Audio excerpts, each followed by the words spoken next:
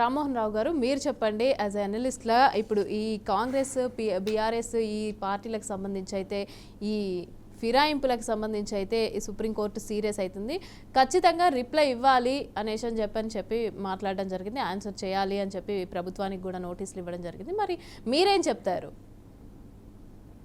అమ్మ మీకు అట్లాగే యువమిత్రులు నరేందర్ మన సతీష్ గారికి అట్లాగే వెంకట్ గారికి నరేందర్ గారికి బీఆర్కే ప్రేక్షకులకు నమస్కారం.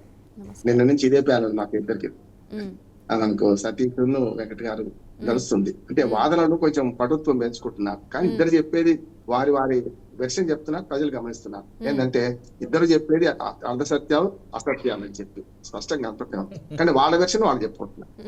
తప్పుకు తప్పు ఒప్పు ఎప్పుడు కాదు, తప్పుకు తప్పు ఒప్పు ఎప్పుడు కాదు. అది 2014 చేసిన తప్పే, 18లో చేసిన తప్పే, ఇప్పుడు చేసిన తప్పే. ఏమైతుందంటే ఇప్పుడు పరస్పరం ఆరోపించుకుంటున్న వాళ్ళకి నిజాలు తెలుసు, వాళ్ళకి తెలుసు ఇది తప్పే అది తప్పే అని చెప్పి ఎందుకో ఆపద్ధర్మంగా చేసిన 63 మంది ఎమ్మెల్యేలు గెలిచినప్పుడు 2014 చేసినా తప్పే, 2018 చేసినా తప్పే, ఇప్పుడు చేస్తున్న తప్పే.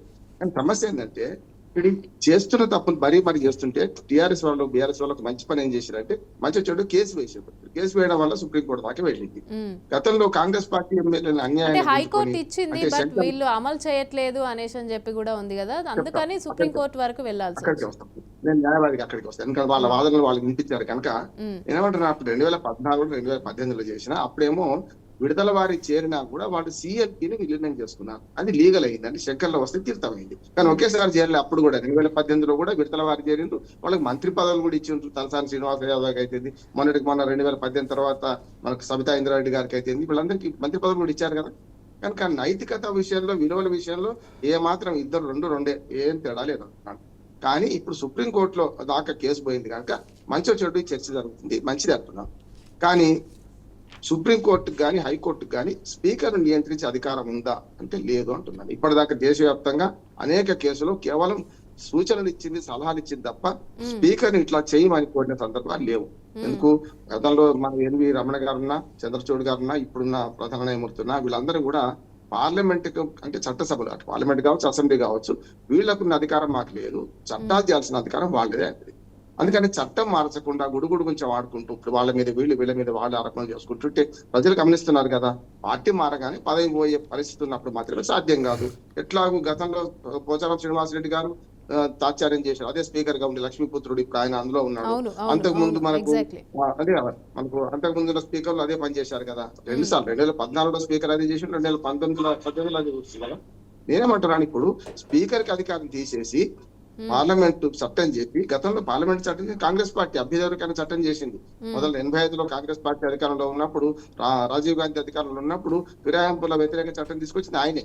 కానీ అప్పుడు 1/3 ఉండే, అంటే 1/3 అంటే 3 ఎమ్మెల్యేలు గెలిస్తే ఒక ఎమ్మెల్యే పోతే పార్టీ ఫిరాయించినట్టు లెక్క కాదు, ఫిరాయింపుల చట్టం కింద రారనుకున్నారు. అంత అమాయకంగా ఏంటంటే ఇంత దుర్మార్గంగా సిఎల్పీలను టీడీపీఎల్పీలను అందరినీ విలీనం చేసుకుని అప్పుడు ఊహించలే, అంటే విలువలు ఇంత దిగదాటి అని అనుకోలే అప్పుడు, కనుక చట్టంలో చేశారు. తర్వాత 2005లో ఏమైంది, ఈ విలువలు దిగదారిని అని చెప్పి మళ్ళీ ఇంకో చట్టాన్ని సవరణ ఏం చేసినట్టు దానికే ఫిరాయింపుల చట్టానికి 2/3 అన్నారు. అంటే 3 ఎమ్మెల్యేలు, సింపుల్ మెజారిటీ చెప్తున్నాను, 3 ఎమ్మెల్యేలు ఎంపీలు గెలిస్తే ఇంకోటి 2 పోవాలి తప్పనిసరి, ఒకరు పోతే లాభం లేదని అన్నారు. కనుక 2 కాదు, ఇప్పుడు మొత్తం సిఎల్పీలను మొత్తం లెజిస్లేటివ్ పార్టీ అన్ని పార్టీలను విలీనం చేసుకునే సందర్భం మనం చూసినాం. కనుక ఇప్పుడు విలీనం కాలే. ఇక్కడ ఏమైందంటే మధ్యన ఇప్పుడు అన్నం ఉడికిందా లేదంటే మెతుకుబడి చూడొచ్చు, వాళ్ళ మొత్తం ఉడకక ముందే హెచ్చిపచ్చి అయిపోయింది అన్నం. ఇప్పుడు ఏంటంటే 10 మంది చేరిండ్రు, ఆ 10 మందిలో కూడా మొదటి 3 మొదటి విడత, రెండో వాళ్ళు 7 రెండో విడత, ఇక మిగతా వాళ్ళందరూ వస్తారని ఊహించిండ్రు, కానీ రాలేదు, ఆగింది, బ్రేక్ పట్టది. మేము గేట్లు తెరుస్తున్నాం, బార్లా తెరుస్తున్నాం, రండి అని రేవంత్ రెడ్డి గారు ప్రకటించిండ్రు. ఇంతకుముందు సతీష్ గారు చెప్పింది, ఎందుకంటే అంతకుముందు చాలా సార్లు కూడా ఏదో రేవంత్ రెడ్డి వాళ్ళని రాళ్లతో కొట్టండి అన్నాడు. అంటే కాంగ్రెస్ కూడా చెప్తుంది కదా, మేము ఇంటికి వెళ్ళి పిలవలేదు, కాకపోతే ఇంటికి వెళ్ళి పిలవలేదు, వస్తా అనుకున్న వాళ్ళని రమ్మని చెప్పాము అనేసి అని చెప్పి కాంగ్రెస్ చెప్తుంది. వెంకట గారు ఇప్పుడు సమాధానం వాళ్ళ నుంచి వచ్చింది కదా, ఇంటికి వెళ్ళి పిలవడం కాదు, కండవాళ్ళు కప్పిండ్రు, పోచారం శ్రీనివాసరెడ్డి ఇంటి గారికి వెళ్ళిండ్రు, అందరికి రేవంత్ రెడ్డి గారు డైరెక్ట్ పోయి కండవాళ్ళు కప్పిండు కదా, స్పష్టంగా వీడియోలు ఉన్నాయి కదా. మనకి ఏదో పత్రికా వార్త రాస్తే వేరు కదా. ఇప్పుడు ఏమంటున్నానంటే హైకోర్టు 4 వారాలు వస్తామని చెప్పిన తర్వాతే మేము వెళ్ళి మాట్లాడడం జరిగింది అనేసి అని చెప్పి కూడా కాంగ్రెస్ మాట్లాడుతుంది.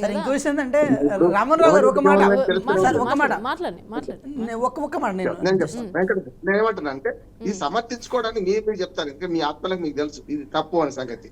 కదా. అందుకని ఏమంటున్నా అంటే హైకోర్టు మొదటి 4 వారాలు గడిపించింది, స్పీకర్ పాటించలేదు. ఏం చేయగలుగుతారు? స్పీకర్ రాజ్యాంగ రక్షణ ఉంది, స్పీకర్ కు వలయం ఉన్నది. స్పీకర్ అసెంబ్లీ లోపల కానీ అక్కడ పార్లమెంట్ లోపల అంటే కానీ ఇప్పుడు జరిగితే వాళ్ళది కాంగ్రెస్ కి బాధ్యత. సంబంధించి ఇప్పుడు ఇందాక వెంకట్ గారు కూడా మాట్లాడారు కదా, అంటే స్పీకర్ కి కూడా కొన్ని ఉంటాయి అనేసి అని చెప్పి ఆయన కూడా మాట్లాడడం జరిగింది కదా. మరి స్పీకర్ అధికారాలు మాట్లాడండి, ప్రశ్నించడానికి మీరు మాట్లాడండి. స్పీకర్ ప్రశ్నించవచ్చు కానీ ఒక మాట ప్రశ్నించవచ్చు కానీ సుప్రీం కోర్టు కూడా ఏం చేయలేదు ఇప్పుడు ఈ విషయంలో అంటున్నాడు. ఏం చేస్తుందంటే సూచనలు సలహాలు ఇవ్వగలుగుతుంది, మీరు ఎంత తొందరగా చేస్తాను చేయమంటే చెప్తుంది, చట్టంలో మార్చమని సూచన ఇస్తున్నచ్చు అనుకుంటున్నాను. ఒకవేళ నిజంగానే సుప్రీం కోర్టు కనుక ఈ అనర్హాలు చేయండి అని చెప్పి డైరెక్షన్ ఇస్తే ఇది చారిత్రాత్మక తీర్పు అవుతుంది, వట్టిదేంగా. కానీ ఇస్తదా ఇవ్వదా ఊహాజనిత ప్రశ్న మీద మనం సమాధానం చెప్పలేం. కానీ దీనికి దేశమంతా ఉత్కంఠగా ఎదురు చూస్తున్నారు ఏం జరుగుతుందా అని. ఇద్దరు చేసి తప్పే. ఇంకొకటి అంటే పోయిన ఎమ్మెల్యేలు కూడా ఏమైందంటే నా ఘర్కా నా ఘాట్కా, ఇటు కాకుండా అటు కాకుండా ఇప్పుడు ఇంత ముందు సత్య చెప్పిన ముందు పోయి వెనుక గొయ్యి అనే పరిస్థితి అనేది. కనుక మిగతా వాళ్ళు పోరు కానీ ఈ పోయిన వాళ్ళు కూడా అంబిగ్యూటీ మెయింటైన్ చేస్తున్నారు, మేము పోలేదంటున్నారు, పోయినామంటున్నారు. దీనికి కారణం ఏంటంటే పదవి గండం ఉంది కనుక అనుకుంటున్నాను నేనైతే.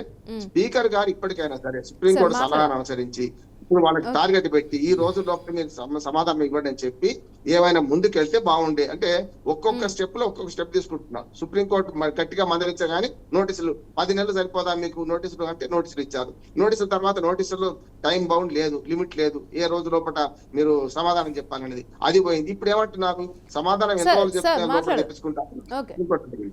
అందుకనే ఏదైనా సరే నైతికత విలువల విషయాల్లో చూసుకుంటే ఇద్దరికి లేనట్టే లెక్క. సార్ ఒక మాట పడుతుంది. సార్ నేనేమంటున్నా అంటే ఇప్పుడు చెప్పండి. తీన్మార్ మల్లన్న గారు మా పార్టీని ద్వేషించారు కాబట్టి వారిని ఒక షోకాజ్ నోటీసులు ఇచ్చి వారిని సస్పెండ్ చేయడం జరిగింది. ఇప్పుడు ఆ 10 మంది ఎమ్మెల్యేలు కూడా వాళ్ళ పార్టీని ద్వేషిస్తున్నారో లేకపోతే వాళ్ళ పార్టీ విచక్షణ అంటే వాళ్ళ పార్టీ యొక్క పరిమితిని దాటి వెళ్తున్నారని వాళ్ళు కూడా తెలిసినప్పుడు వాళ్ళ పార్టీ నుంచి సస్పెండ్ చేస్తే అయిపోతుంది కదా.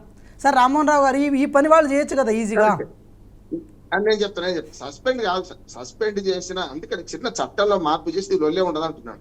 సస్పెండ్ చేసినా పార్టీకి వాళ్ళు రాజీనామా చేసినా ఆటోమేటిక్ గా పదవి పోవాలంటున్నాను.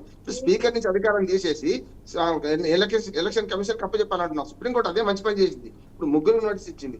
హైకోర్టు మీరు 4 వారాలు గడువు ఇచ్చారు కదా, ఏమైందని హైకోర్టుకు రిజిస్ట్రార్ కు అటుపక్క ఎలక్షన్ కమిషన్ కు మీరు ఏం చేస్తారని చెప్పి స్పీకర్ కార్యాలయానికి నోటీసులు ఇచ్చింది కదా.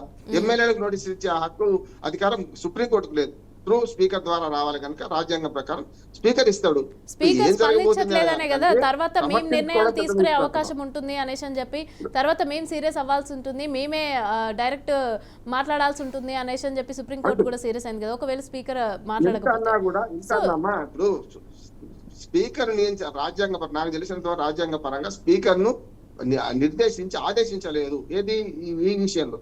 మిగతా విషయాలు ఏమైనా స్పీకర్ తప్పు చేసి జైలు కూడా పంపుతారు, అది వేరు. కానీ ఈ విషయంలో రాజ్యాంగ రక్షణ ఉంది కనుక స్పీకర్ ను ఫలానా వాళ్ళని సస్పెండ్ చేయమనే అధికారం సుప్రీంకోర్టుకు లేదు, నియంత్రించే అధికారం లేదు.